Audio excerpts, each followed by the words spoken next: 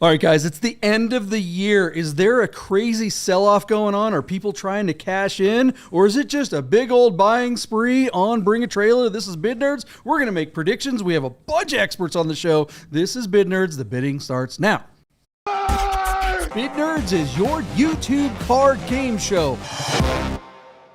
Yes, it is, everybody. Welcome to a big episode of Bid Nerds. We got lots of people on the show tonight. My name is John Polnick. We're coming to you live from the Container Park in downtown Las Vegas, as well as my partner, Michael Deeb, right next to me on the other side of the screen there. He's waving at you. Then directly below me, this is like the Brady Bunch in here. We got George hanging out from our good friends at Lamborghini Las Vegas. George Alexander hanging out in studio with us here in the Container Park. And then down in the far corner over there, I got to point the right way. Again, not the Brady Bunch. We got JB. That's right. You guys recognize him from our good friends at Hippie Sips. That's right. He is hanging out with us tonight. What's going on, gentlemen?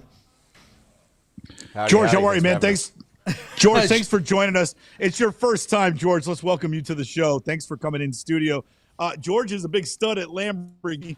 I assume he's going to become everybody's best friend in short order. And JP, you already know we love you. We've been getting high on your supply for a little while now.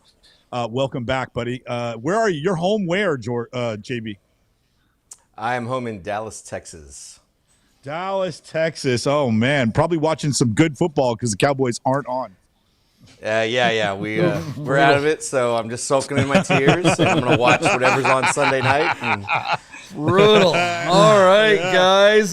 We are going to get after it tonight. We got a full panel. We got everybody hanging out in the Nerd Herd. Everybody's watching live. Thanks for joining us on a Sunday night. You might check out. Look at that. I got some new swag. We got the new baseball caps, Bid Nerds hats. Those are available on the Aaron Water Design site. The link is in the description below. So we're still doing the BOGO sale till Christmas, so it's not too late. Probably, especially if you're on the West Coast, if you make an order tonight, you'll probably get it before Christmas. So get after it, guys. Come on, take advantage. 2 for 1. What are you guys doing? And there's also JB. Is there a deal on Hippie Sips right now? What's going on? there is 20% code word Buddha, because we all love Buddha. So 20% hippiesips.com. Get your holiday supply. Take them to your holiday party. Share with your friends. Oh, my God. We appreciate it. Buddha has become a discount code on Hippie Sips. Man, I think that guy could die happy tonight. That's what I'm saying. Loving it. All right, guys, let's get after it. The big question is tonight that we're going to the theme of the show is what's going on BAT right now. We always do this show where we analyze the listings of a bunch of cars. We make predictions, but we always have the overarching theme of the night. And tonight, I think there's a buying spree going on. I'm kind of curious on what your guys' opinions on that are. It seems like a lot of people are trying to grab a car before the end of the year. There are a lot of advantages to that, and it seems like a lot of sellers have caught on to that. People are cashing in. So we always start off every episode by going over the predictions that we made on the last episode. So let's see if that syncs up with what my theory is. Maybe I'm wrong. You guys can tell me. Let's get to it. What was the first car on the list, Michael Deeb? All right, JP, we're going to circle back to a listing on Bring a Trailer for a 1994 Porsche 911 Speedster. This is the rare 964 Speedster, of which they only made about 427 for the U.S. market. So a very rare car by the production numbers. Our car was listed as a premium listing as well as being an alumni listing. This car having previously run on BAT back in February of 2023. At that time, the car was listed out of La Jolla, California. It was showing 36,000 miles on the odometer, and it sold for $185,000, which is a pretty respectable figure for a car that is sort of as gaudy as this one with the red wheels, JP, and all the red accents. And let's face it, 36,000 miles is low mileage for any 964 except a Speedster. When you start talking 30,000 plus miles on a Speedster, you're like, oh, it's all driven and used up. Nobody's going to pay top dollar. And so thus, in my opinion, JP, 185 was a fair value for that car. Now, our car comes back to market, this time out of Carson, California, and now showing a whopping 38,000 miles on the odometer. You and I chopped it up a little bit about the red interior and what we would like to change. But in essence, you probably wouldn't change that much, especially if you were to go and try to retail this car yourself, because the original spec is always where the value is. This car isn't quite for my taste. I'd probably hold out for a different Speedster, but for the guy who had to have one, this car comes to market. Our friends at classic.com tell us that the average selling price of a Speedster in the secondary market, a 964 Speedster, is $180,000. JP, this car having previously sold for $185,000, I initially thought the car would trip for $168,000, but I changed my bid when it was time to submit, and I bumped myself up to $178,964. JP, you took the over, going $193,964, and Eric Goodkind joined us as third nerd out of Texas, and his bid splitting the difference between us at $186,000. George, we know you sell exotic cars. Any love for one of the last great, cool 964 convertibles, the old Speedster? And what would you throw as a bid for this car out of California on BAT? We're going to throw you right to the fire, George. What do you think about the Speedster, and what's your number on it?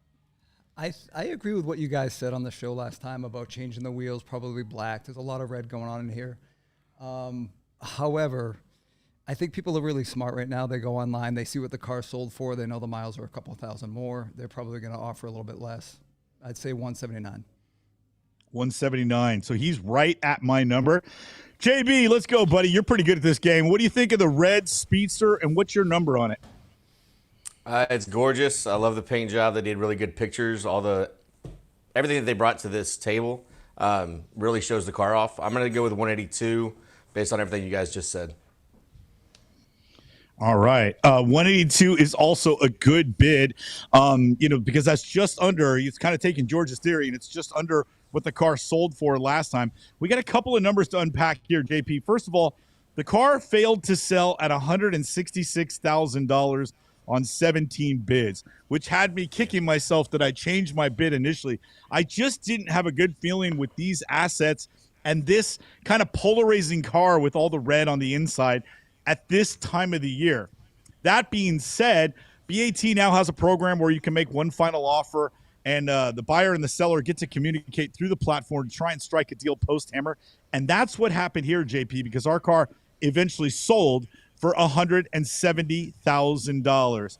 So, JP, I chack up the win on this one, but I actually think the winner might be the guy who bought the car, because let's face it, a couple of years ago at $185,000, to replicate that, given, inflation and all things that have changed in the value of the dollar since then, this guy bought that car way under the price the seller had invested in the car over the last few years. So at $170,000 at this time of the year, despite the fact that I kind of poo-pooed the over-redness of this 964 at 170 grand, I'm going to say that's well bought. Merry Christmas, mother chicken. You say, JP.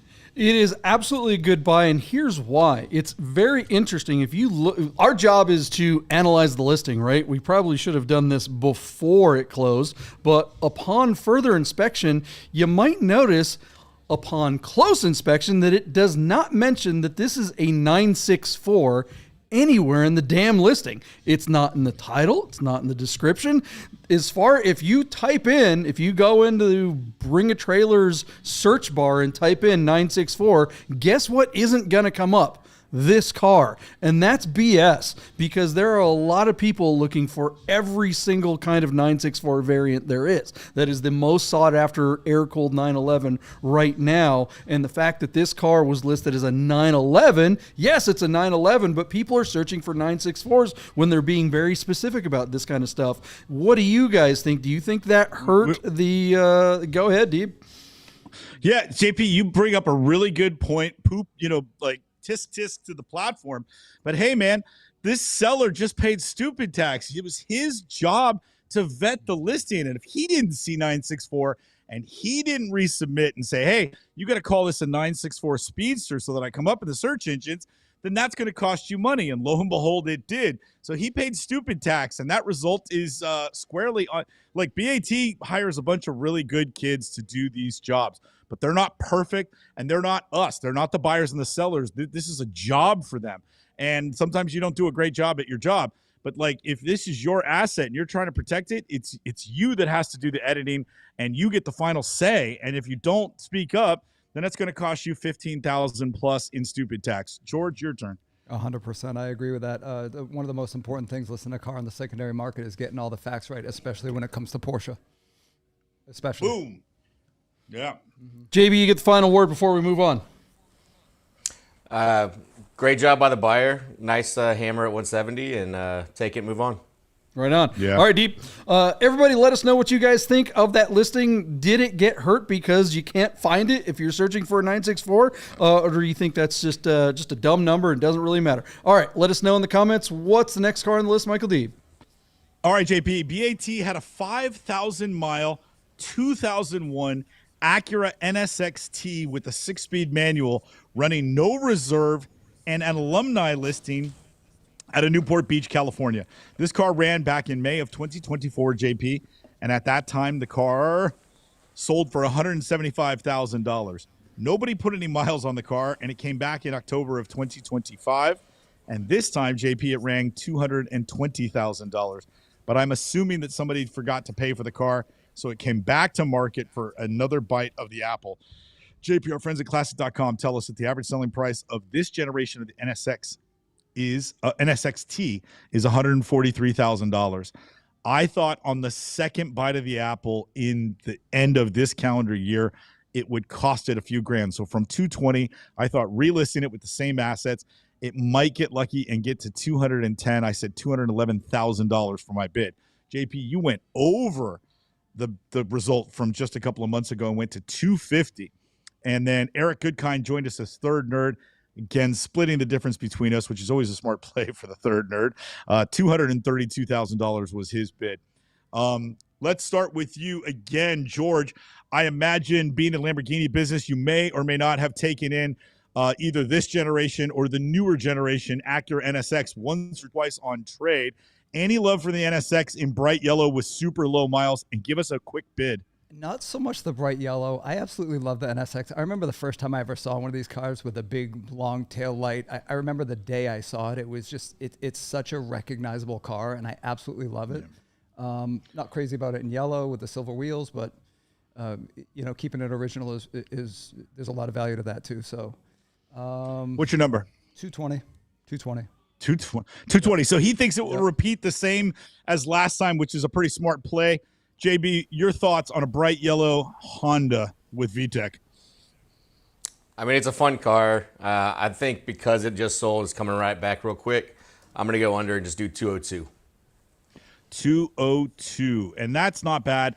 That's not a bad play at all. It's sometimes really tough to get a second bite of the apple, but this seller wound up being very fortunate. Our car hammered for $225,000 where it sold on 28 bids. So Eric Goodkind, JP, really got pretty close to a Yahtzee on this one. That's a great result. They got $5,000 more than the last time they ran it here at the end of the year. I hope for the seller, and I mean this sincerely, I hope that the buyer performs. That is a really dastardly thing to do, to win an auction on one of these online auctions and then not perform. JP thinks that those people should be crucified, and I would agree with my partner. We tend to get along on these types of things. JP, bright yellow usually doesn't ring the bell, but on a special sports car, it does kind of enhance the value. You were big on this car at 250. What do you think at 225? Yeah, it's McDonald's spec, right? This is Ronald's car right here all the way.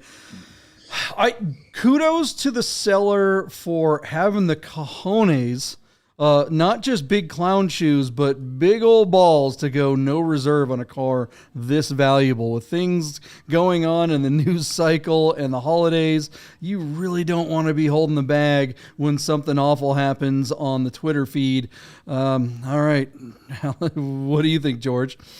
I was just noticing something about these pictures. It's really, really important. I always tell people when you're listing a car online, the pictures are perfect. I can't even see a speck of dust when you look at the interior of that car. That speaks a lot to its condition. And I think people buy that maybe over anything else. Assets. Yeah. We always say that. Yeah. JB, what do you think?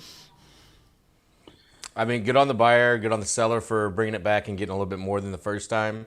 Again, hopefully he closes and he can move on and be happy. All right, what do you guys think of the results of that NSX? I'm excited to make predictions, guys. I'm just raring to go. Let's rip through these reconciliations here. I really want to get to the new cars. What's the next one that we're going to reconcile on the list, Steve? All right, JP, back on Bring a Trailer, ex-ZZ Top member Billy Gibbons wanted to sell his Porsche 356 style Speedster with a wide body kit, a custom wide body kit. So these, JP, you've owned several 356 replicas, and they are an absolute blast and an absolute value as far as miles per mile. But JP, you said something really interesting when we covered this car initially, which was that the wide body cars don't tend to perform as well as the standard ones. And so we wondered aloud, would the celebrity endorsement of ownership help what is normally a handicapped version of the replica? JP, this car was listed on BAT out of Westwood, New Jersey, with an 1800cc flat four and a 4-speed manual. But the big news here is that it belonged to a rock and roll star and that it's got the wide body kit and these really cool deep dish wheels.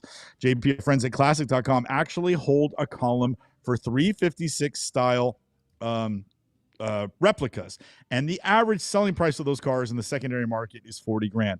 I bid first at $35,000, not knowing your take that the wide body cars are harder to sell. So I knew I was going to be the high man at 35.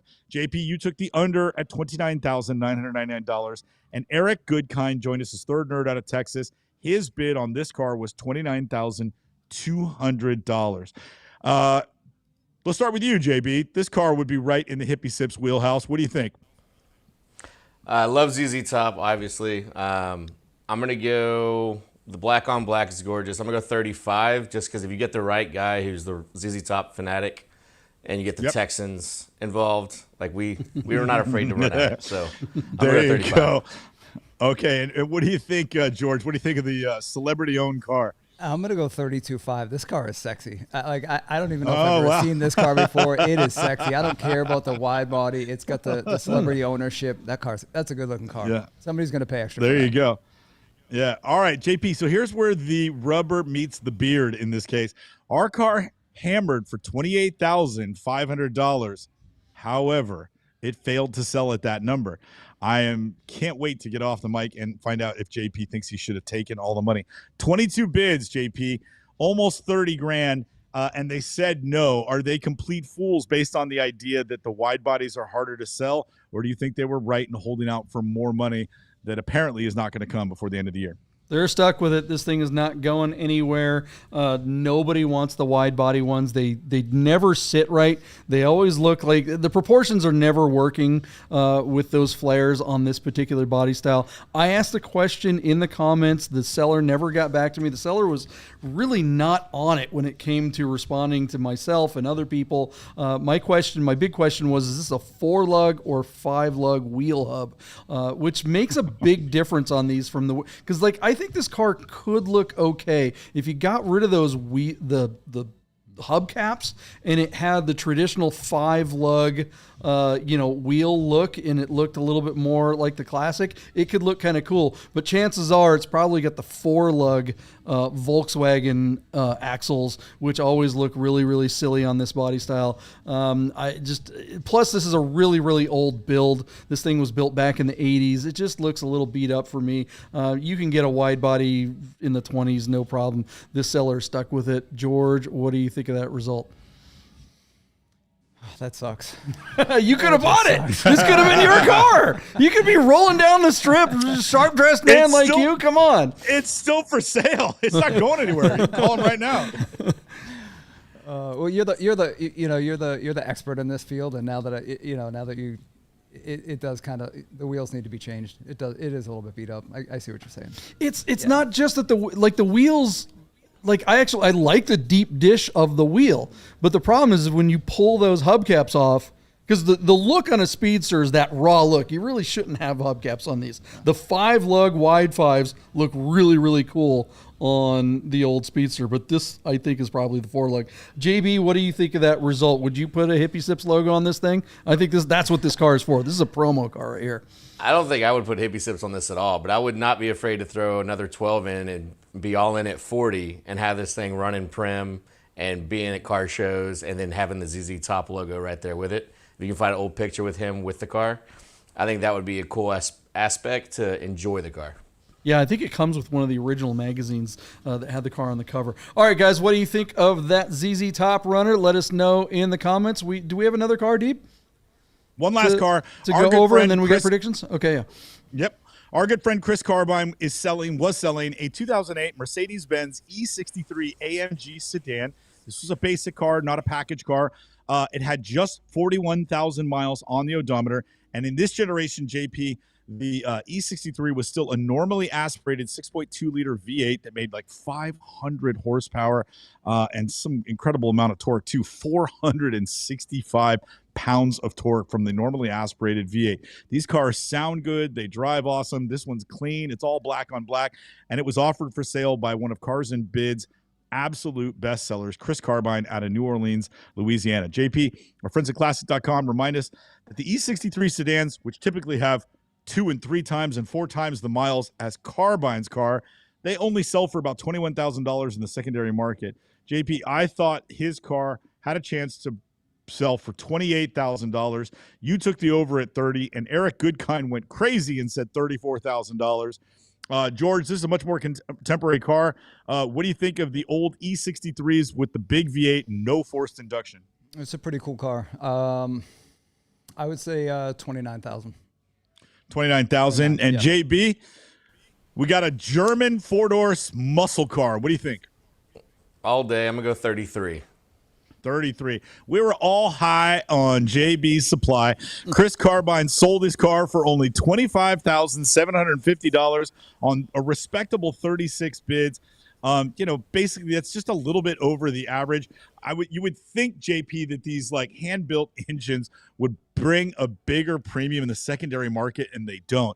I'm telling you, folks, if you want a bargain on a beautiful European late model car, just keep an eye on what Carbine is selling. This, to me, JP, at whatever price it was, what was it, basically $26,000 is a screaming deal. It's a lot of car for the money. This car looks basically brand new, well sold and well bought. Congrats to everybody.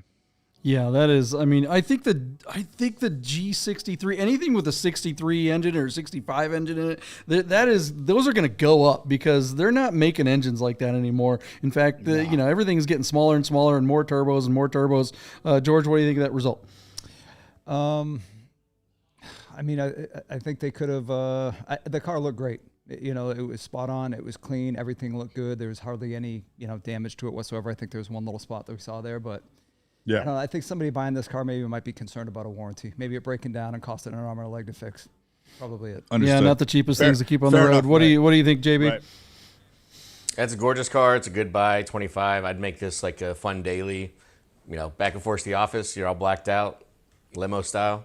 Persian Pillow Style, our good friend of the show, Sahan, had one, and I think he misses it. All right, guys, we are going to come right back with new predictions. This is the fun part of the show. Stick around. We're just getting started.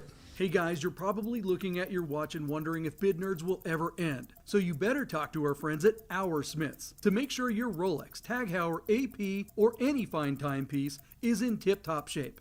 Our Smiths, fine Swiss repair. Hey guys, do you work with your hands all the time like I do? Does your wrist hurt all the time too? You might have carpal tunnel, but here's the good news. The Wrist Doctor of Nevada can make your wrist pain go away for good. Why suffer from carpal tunnel when the experts at the Wrist Doctor Nevada can make the pain go away immediately? In just one 5-minute procedure, you can in most cases return to using your hand the next day. Using the latest in advanced patented medical technology plus decades of experience, the Wrist Doctor can make your wrist pain go away for good, like you never even had carpal tunnel.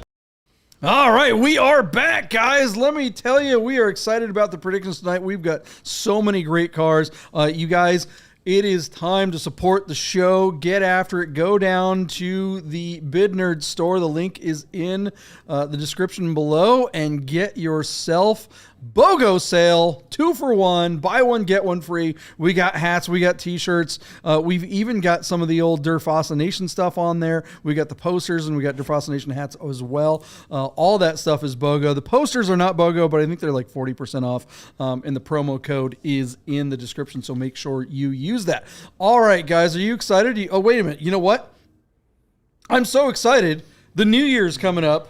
JB, tell us really quick about some Hippie Sips. What should we have for your New Year's Eve party? Have some Hippie Sips. We got natural. We started out as a lemonade truck. Just to give you a quick background, we started out as a lemonade truck in Cleveland, Ohio with my partner, Steve. I look forward to having him on this one day. You guys can meet him. We've brought it to market now as a RTD. We're in 23 markets. The lemonade, the juice is good. I promise. Buddha agrees. So please go to our website. I'm trying to get approval right now to turn our Buddha into a buy one, get one. So give me a minute and I'll let you know that that's green lit. All right. Yeah, definitely follow us on the Instagram for updates on promos and stuff like that. But all right, thanks for letting us know about that. Hippie Sips, the stuff is really good, man. They're doing it. All right. It's time for predictions. Are people are people cashing in?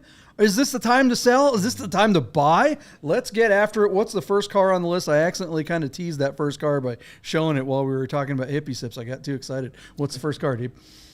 All right, JP, pure unobtainium. Feast your eyes on a 2004 Porsche 996 GT3 RS. Those of you that speak Porsche know that this is a car that was never sold in the United States when they were new. And in fact, a Porsche only produced 682 of the 996.2 GT3 RSs. These cars are absolutely blue chip collectible. They were all painted in body and white. And then you had a choice of color trim for the decals and the wheels. One was red and the other was blue. Believe it or not, JP, almost everybody took the red. So the only quantifiable difference between the red and the blue is apparently worth a lot more money in the secondary market because there's fewer of them out there. This is also, JP, one of the first cars that Porsche made that had, in fact, I think this might be the very first car in which the ceramic composite brakes were standard equipment. This and the basic GT3. These are fantastic cars, JP. They basically took the 911 and gave it all of the handling, all the Mesker motor with like 380 horsepower, lower the center of gravity, lightweight materials, beefed up brakes and suspension, and most of these came with like race seats. They're very, very cool cars indeed. JP, this car is listed out of Florida. It arrived in the United States back in October of this year, but it is currently titled on a clean Florida title. And that makes it very valuable for most of the lower 48, except California. I think it would be very difficult to register this car in California. You wouldn't be able to get it on a California title. You'd have to title it somewhere else and bring it into the state that way. So very interesting car, JP. Super, super rare. Fantastic driving car. This is an epic driving car to begin with. And now the car is in this country and on a domestic title. The big thing, JP, is P-Car Market the right platform to go to? And will the addition of a full roll cage hold back the ultimate value of a highly collectible car? And 996s, especially like turbos and other Metzger engine cars, are having a moment as we speak. So I wonder aloud, JP, if this were me that brought the car in, would I, even if that entire cage was Porsche, I would take it out and just include it in the sale, but I wouldn't put it in there so that you can go and responsibly drive it down the street without wearing a crash helmet, lest you get in an accident with a full roll cage where there's a bar going in front of your forehead, and you don't have a helmet on like you would if you were driving it on the street. So that's the only thing, JP. That's the only thing, that and the platform. Otherwise, this is an amazing car. JP, the car has just 16,000 kilometers, which is probably right around 10,000 miles. This is a low mileage example of a super rare car. What a fun way to park some money before the end of the year. The other thing, JP, I want to point out as I hand it over to you, and I promise I'll stop talking, this car closes on Christmas Eve. I think that is another unforced error. I would not want my special sports car closing on a day where everybody is distracted by the television and your in-laws and that second bourbon in your hand. You know what I mean? Like this is just a major whiff by the seller, not the platform. Platform does what the seller wants. This is just a whiff. So there you go. This is one of those cars that everyone is waiting to get their hands on. If you've got the money, you want one of these, and the opportunity does not come very often, but it is a real bummer that it's got that full cage. Now, it's one of those cages that is like, it's got the front could be unbolted. And that's what I don't understand, is that just unbolt the front part and show that you've got the rest of it in the listing somewhere.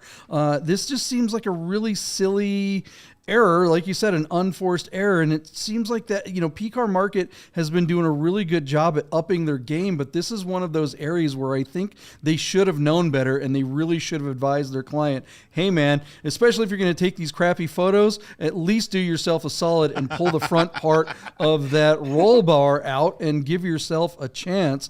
George, what do you think of this car and this listing? Don't worry about bidding yet. We'll get to bidding in a minute. Well, I think the car looks great. It has, obviously, it's highly desirable, has very low miles. I think they put about as much effort into taking out the roll cages they did taking the photos. Maybe they listed it purposely to hammer on Christmas, hoping that somebody did have a couple bourbons in them. I don't know. But no, the car's great. I have absolutely no idea what this car would be valued at, but I'm hoping somebody else is going to go first. You get last bid. You get last bid. Yeah, for sure. All right, JB, what do you think of this car? It's gorgeous. The assets are nice. Love the white on red. I feel like it's something I saw here in Dallas up in Plano Legacy. Definitely see that driving around Dallas for sure. Yeah, something else I wanted to point out. Actually, Deeb, let's get to the numbers, and I'll point that out when we get to the numbers. What's this thing going to bring? All right, Chippy, there's another. This is just a little thing, and all it does is make me kind of go, It says in the listing that the car was brought in on the show and display exemption. And I wonder, having imported just a small, modest number of cars, why a car like this that came in this calendar year would not have come in on the 25-year exemption. Am I doing the math wrong? I mean, this car is 25 years old. Why wouldn't you bring it in on that? And then there's no restrictions. You bring it in on show and display, there's all sorts. You have to have classic car insurance. You have to have an odometer statement every year when you go to renew the registration. I don't know if that math is correct, though. 25 years? Yeah. Is the number's 25? This is a 2004, and it's 2025, so it's it's 21 years. So it's not probably so that's how they got it. No, don't mind me. I'm very tired today. Okay, so that makes more sense. All right, so that's why I came in on that. So it does have. So with the show and display, there are some rules that will govern how you can register and how you can drive and use the car. It's not a big restriction because nobody's going to go and start dailying this car, but it is kind of a bummer. But there you go. The car is here. It's on a Florida title, and that's where the value's at. JPR friends at Classic.com remind us that the 996 GT3 RS in the secondary market is typically a $169,000 car out there on average. This car is currently listed at $152,250 on 4 bids, and we have 3 days to go until we hammer, and we hammer on Christmas Eve. It's hard. You can't really ignore the Christmas close, and you can't really ignore the fact that this is on P-Car Market. JP, I really think this would be a $200,000 example with better assets, different platform, different time of the year, and remove that part of that roll cage.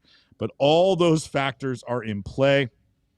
I'm going to go $179,996 as my bid. It's going to hammer for that number, and it's going to fail to sell because this car is worth more money. The seller and the platform know it, and it's not going to happen on Christmas Eve. $179,996 to you. JP, we're at 153 right now. Yeah, it's really weird because the hero photo is really nice, but talking about assets, the rest of the photos are bad.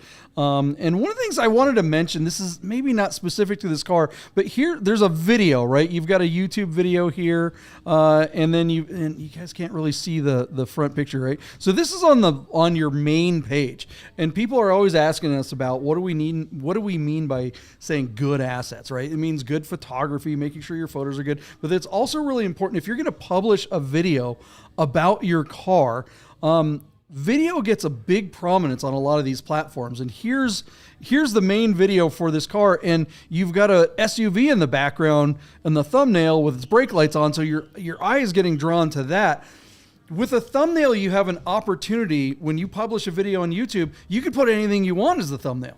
You could put text. You could have a gorgeous photo of your car and text that says, "This is the greatest 911 ever," and that could be on the front page right at the top of your ad. But everyone's missing that opportunity because they're just letting YouTube pick this random thumbnail that looks tacky and crappy, and this just seems like old P-car market stuff, not new P-car market stuff.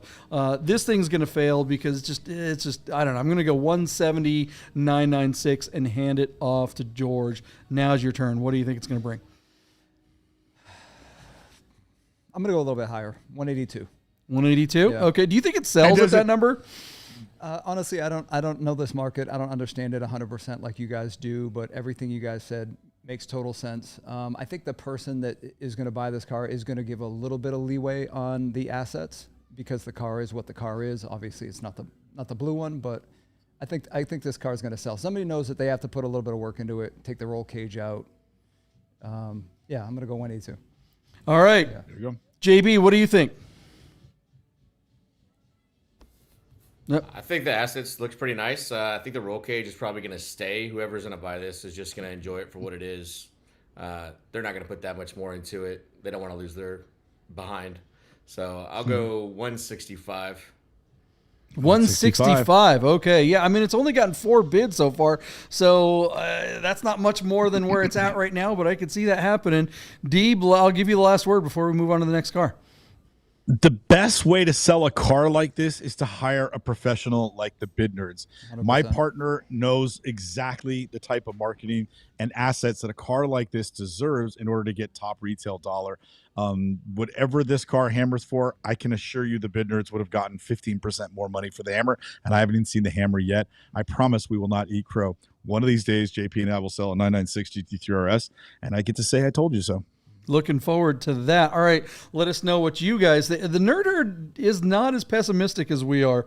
Some of the guys are saying over 200. With a Christmas close? Are you out of your mind? I don't know. I don't think you've been harping on this holiday thing for weeks. You said the same thing about Thanksgiving. You're all the thing. It's like, dude, I know that Christmas Eve is busy, but this is Christmas Eve morning. You know, people actually have the day off. They're taking the whole day off, and they might actually be hanging out in front of their computer, or they're in front of their computer trying to get a bunch of stuff done, and this is just another window that's open. It could be an opportunity to get more eyeballs on it. I don't know. I'm just being optimistic for a change. And George's take was really strong, which is even though he doesn't know the market for the car itself is rare enough to rise above a holiday close and poor assets. And George may prove to be right because he's the high bidder. So we'll see what happens. Plus bourbon. Yeah. Now imagine if plus you bourbon. had good assets and all those things working in your favor. Well, this that car was my take. Yeah. That was my take. Yeah. Come on. All right. It'll always pay for itself in the long run. Definitely get some bourbon. I don't know, maybe drinking some Hippie Sips. See, that's the thing. I think all the sellers need a can of Hippie Sips, and they'll do way better. All right, what's the next car on the list, Michael Deep? All the sellers need a case of Hippie Sips if the Bid Nerds are representing them because we'll give you a heart attack on the happy way ending for every auction. That's our theme, man. That's our motto. All right, let's get to this badass. Check this thing out. What's this, Deep? All right, JP. Speaking of German muscle cars, check out this torque monster. George, please tell me you've had one of these in the shop before. A 2009 Mercedes-Benz SL65 AMG Black Series. JP, our car is running premium listing, alumni listing on Bring a Trailer at a Newport Beach, California, with the studs down at Silver Arrows Cars Limited. JP, I don't know who these guys are, but whenever they do come to market, they always have the best product. This car has just 2,200 miles. It's a twin turbocharged 6-liter V12 from Mercedes-Benz. This is essentially the backbone of all your Pagani cars that are using those Mercedes V12s. It is a modified version of this motor, and this motor is no slouch all by itself. In this application, JP, the car has 661 horsepower and 738 pound-foot of torque. it is all running through a 5-speed torque converter automatic transmission because it's the only gearbox in the universe in 2009 that wouldn't eat itself when you tried to smash the throttle pedal on this absolute torque beast. This motor is incredible, even though this platform is kind of meh, but super, super rare car. Just 175 were designated for the United States market.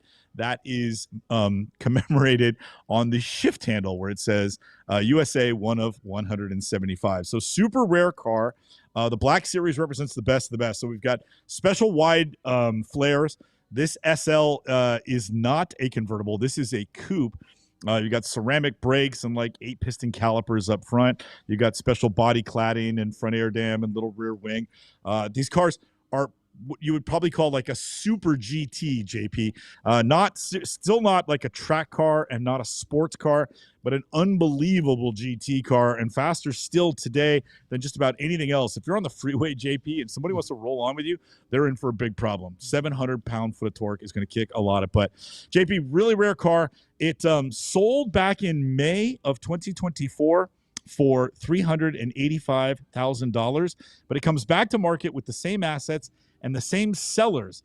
So I wonder, JP, did the buyer at that time fail to perform and they've just sat on the car for a year because it looks like it's the exact same listing to me. And if it does have 200 more miles, then did the guy who bought it last time just bring it right back to those guys to sell it again because they did really well with it. These cars are going up in value, JP. It'll be interesting to see what this one hammers for. This looks like one of those billionaire Christmas dumps of cash and getting into an asset. And what better asset to park in your garage? I mean, this is an absolute trophy paperweight, but who cares? You and I would drive it, but most guys won't. So, JP, what do you think of this really cool car? I know you wish it was a convertible, but there you go. Yeah, it really is a crime that whoever gets this is not going to drive it any more than the last guy did. I love these. I think this is just such a sick-looking ride. I don't know why you would buy an SLS over this. This just seems so much cooler than one of those. I mean, they're about the same price at this miles. I just think this car is just performance envelope wise, just menacing. This thing just has so much more road presence. Oh man, I want this car. And I know that the likelihood of getting one of these in my garage, probably not so high, but I'd sure like the shot. All right, George, what do you think of these? The car's sexy. That's just a hot car right there. I cannot believe that's a 16-year-old car. Right? Yeah, they've really aged well, right? It's crazy. I mean, so the assets are the same. So this thing was listed, a year ago? 200 extra miles? Yeah. Year and a half. Apparently that's speaking volumes to the current market value. Apparently nobody wants it at that number. That's just what I see. All right. JB, what do you think? I mean, I'm calling this thing the Batmobile, and I want it. One day I'll make the money to get there, but good on them to still only have had 200 miles. There is a little question there what happened to the sell on the last year, but I mean I'd be happy to have that in my garage with 20 other cars. Mm-hmm.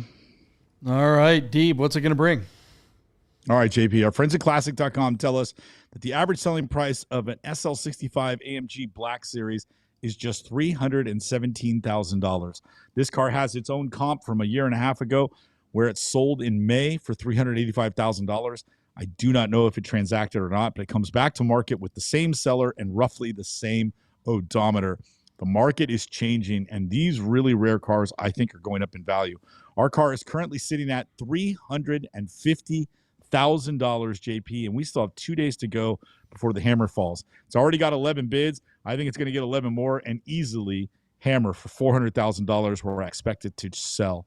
So, JP, we're at $350,000. You got 2 days. My bid is $400,000. What's your bid?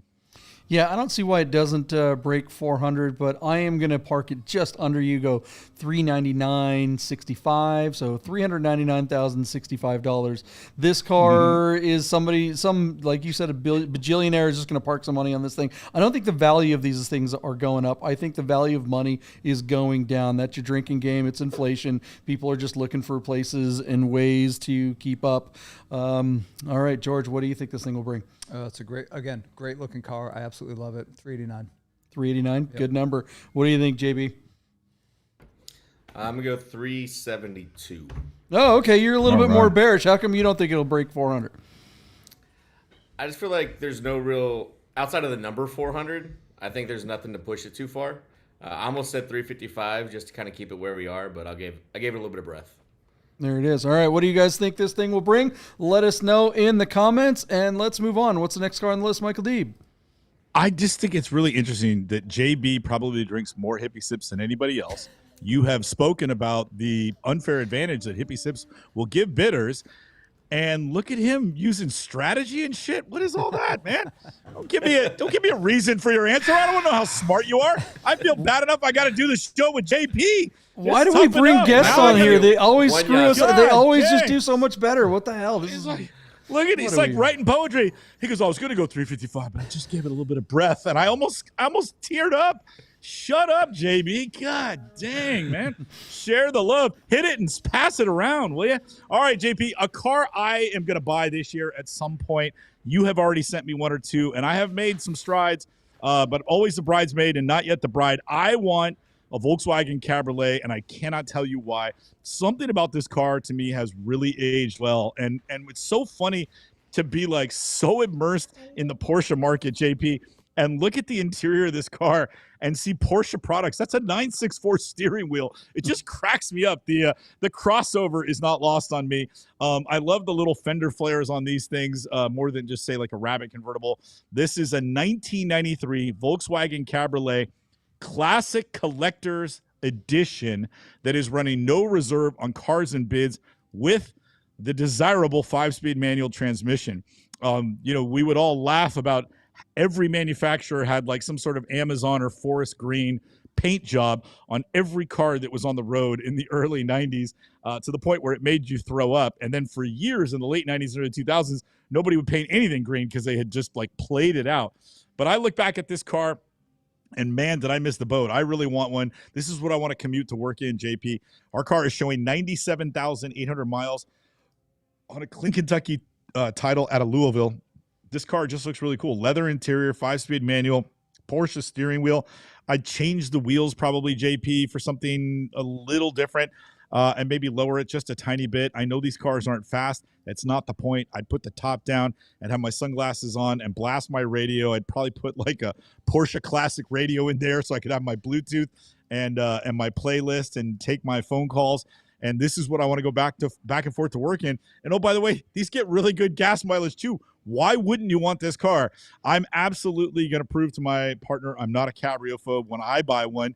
JP, tell everybody in the world why I should or shouldn't be bidding on this one right here. This one seems a little beat up, in my opinion. You can definitely find better versions of it. Although this one does not seem to be performing well on the platform and might be a bargain. I feel responsible maybe a little bit for getting my partner Deeb. Oh, this one's got some pretty bad rust underneath. This is definitely a walk away situation. Okay. But I feel like I'm responsible for getting you into these old Mark I Volkswagens. You do not buy one of these, Michael Deeb. You have a family.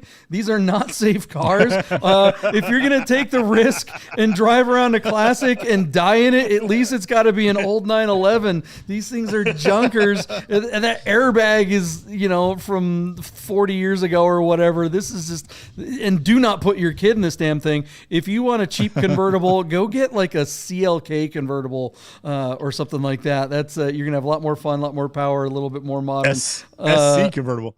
Yeah, or something like that. All right, George, what do you think of this thing? I think this car is kind of cool. I could see this car top down, rolling around in like some sort of city by the beach. Somebody's going to buy it for their kid and, have a little bit of nostalgia in it themselves. And yeah, that's just what I think. Someone who hates their kid. Yeah, what do you think, JB?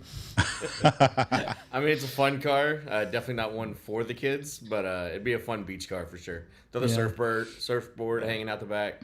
I'd be down. They really are fun, that front wheel. I mean, these are just super fun cars, but yeah, not something you want to be getting hit in. All right, what do we think this little thing's going to bring? Or will it bring anything? Classic.com tells us that the Volkswagen Cabriolets are worth $10,000 on average in the secondary market. JP, our car is currently sitting at $4,200. on 9 bids, and we close on this car tomorrow. JP pointed out that there's a little bit of rust underneath, and that might explain why this one isn't doing so well. What would you expect from a car that's been on the road in Kentucky, where they salt the roads? JP, I think the seller of this car will be lucky to see $7,700 when this car hammers tomorrow. And running no reserve, he'll have to take that number. In fact, if he gets to 7,700, I'd say he's probably pretty lucky. JP, what do you say? Yeah, I don't even. What's it at right now?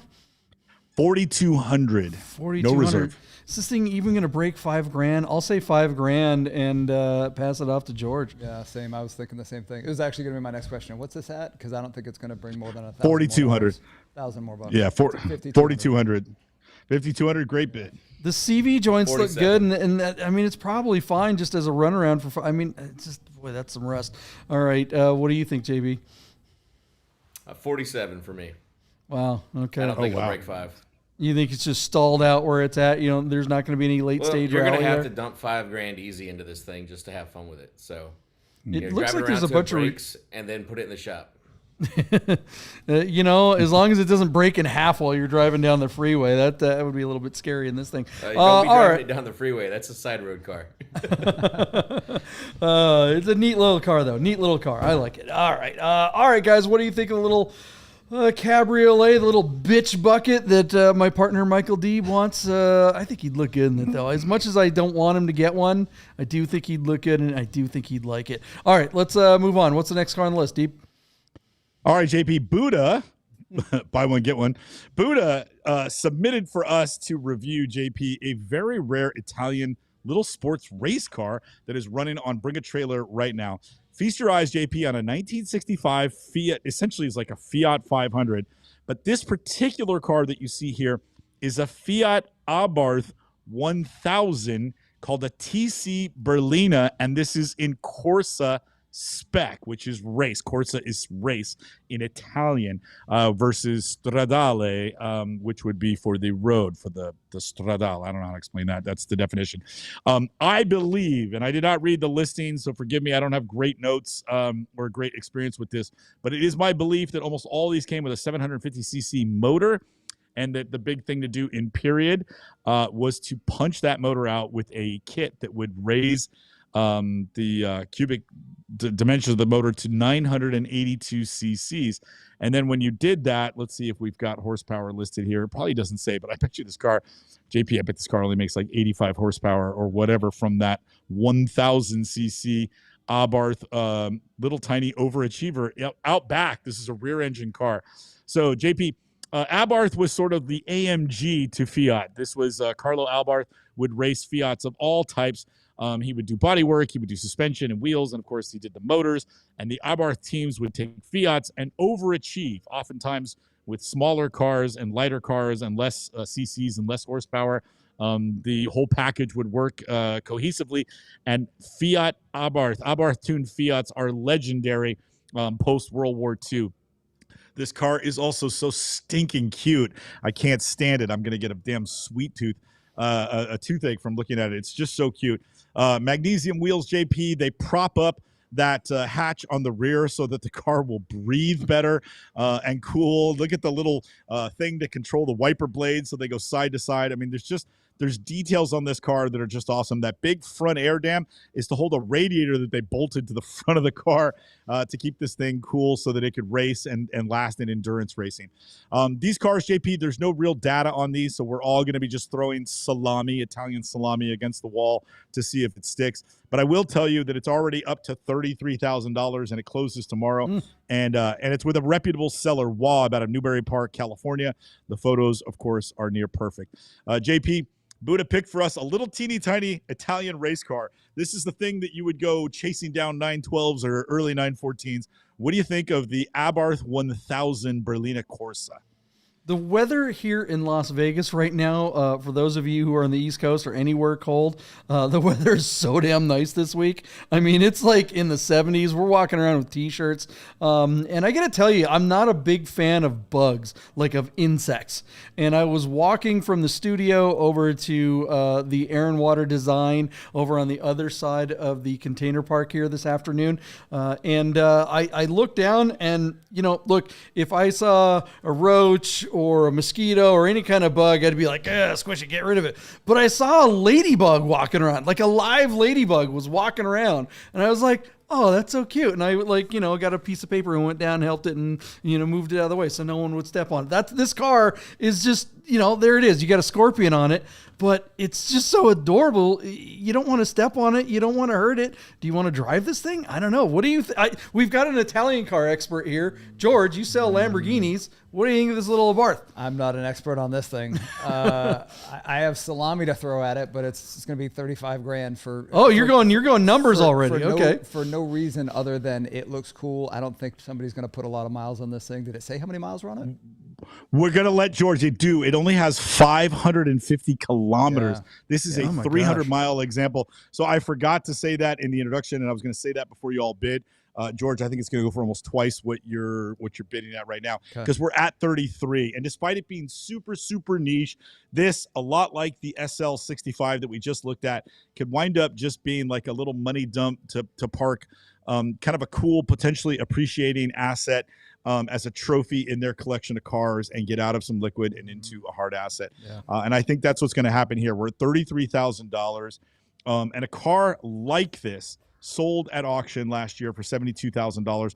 I could not verify before we came to the show if that was in fact the same car, and this car has in fact traded hands over the last year. And that guy that bought it for 72 last year is trying to get off it this year, and he took it to one of BAT's top 2 or 3 sellers to try and get all his money out of it. And it wouldn't surprise me if a car like this went for 100, just because go find me another one of these really rare cars that it was never used. It's really peerless in that regard. But George, we'll give you a chance to think about your bid. Again, no data on the car, but JP, I think even though a car like this sold for 72 at like RM Sotheby's, that would be inclusive of a buyer's premium. I think a hammer here could easily, from 33, go to $65,000, and that will be my bid, JP. 65 for the 1965 Abarth 1000. JP, we're at 33. We close tomorrow. What's your bid? Yeah, that's interesting. And even if that person did buy this thing for 70 and they unload it for 50 or whatever, and they take that loss, that is a write-off. And I think a lot of the people that are playing with money like this are looking for things like that. So I don't know. I'm going to go $50,065 and hand it the second bite of the apple. George, what do you think? 59. 59, and all right, JB. We didn't get your opinion on the car. Give us your opinion of the car. Oh, look at that. Sorry, JB. It's a Jaeger. All right. Give us your opinion of the car, and what's your number? My number is, it's a 1955, correct? Correct. 65. Oh, sorry, 65. Whoops. 1965? Then I'm going to go 65K. I just upped. Okay, so 65K. I bid 65K, so JB, go over or under my bid at 65. Let's go 64 and a half. Okay, 64,500. Thanks, JB. And what else were you going to say? I want to throw a Hippie Sips strawberry lemonade on the side of this thing and just trailer it everywhere. That's what I want to do to this thing. This should get a lot of attention. It looks like fun.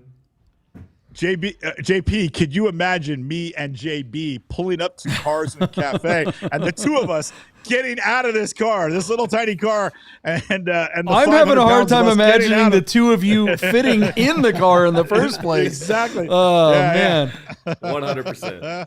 God, the closer you look at this car, all the switch gear and there's all these little details on this thing. It's just amazing. I would love to spend some time with this car. JP, Meg, they've got staggered width wheels. So those are 185 tires up front and 205 tires out back. That steering wheel is probably worth $4,000.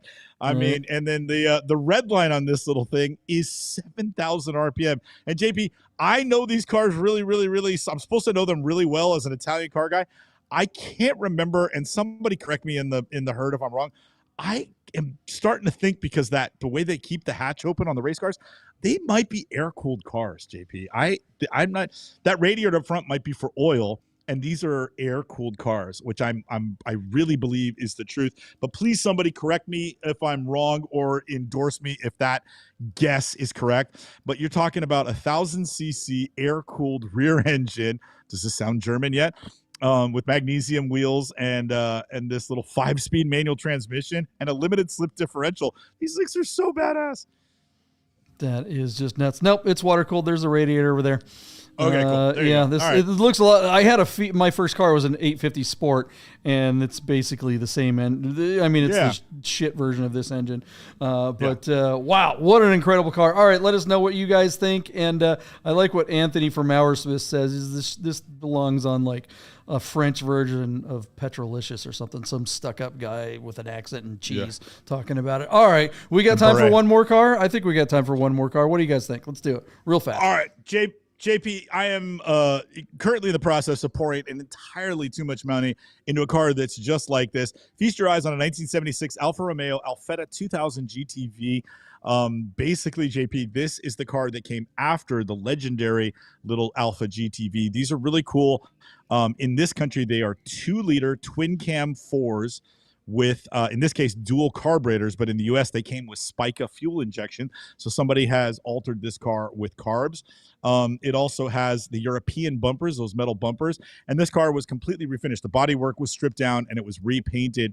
And you just don't often see that happen on cars that normally sell for just $7,000. Really neat car, JP. The interior, lots of pieces of the interior don't look original to me, but the paint on the outside and the fun of an Italian twin cam will help sell this car.